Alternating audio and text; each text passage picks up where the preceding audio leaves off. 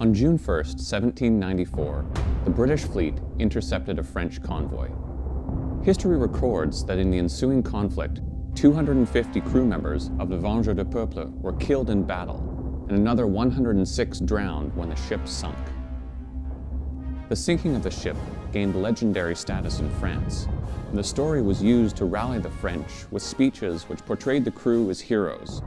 It was said that the crew sang the French national anthem and cried "Vive la République," and waved the French flag as they sunk with the ship rather than surrender to the British.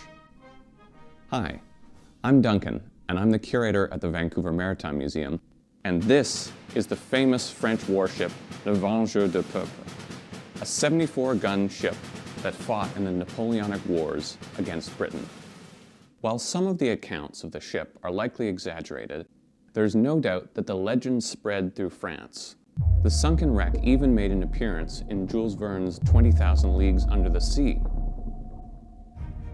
What's more, the existence of this model suggests that even French prisoners in England were inspired by stories and the songs of the ship. We know this because of the most unique feature of the model, the materials used to build it. Believe it or not, this model is made out of bone. During the Napoleonic Wars, French sailors who had been captured by the British Royal Navy had ample time on their hands while they sat in British prisons, so they crafted items to sell at the gates of the prisons or at the weekly markets held inside. These sales provided the prisoners with an income to buy extra food, tobacco, wine, or new materials for future crafts. French prisoners crafted toys, dominoes, dice, chess pieces, and model ships like this one. To get the bone, prisoners would save the pig, cow, or sheep bones from their meals. They then boiled the bones and sun-bleached them, and cleaned them to prepare them to be used.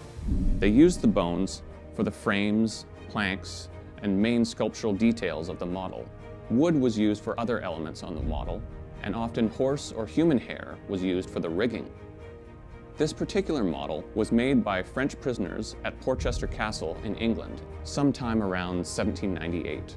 The model was said to then have been acquired by the Science Museum in London in 1881 and was sold into private hands in 1934.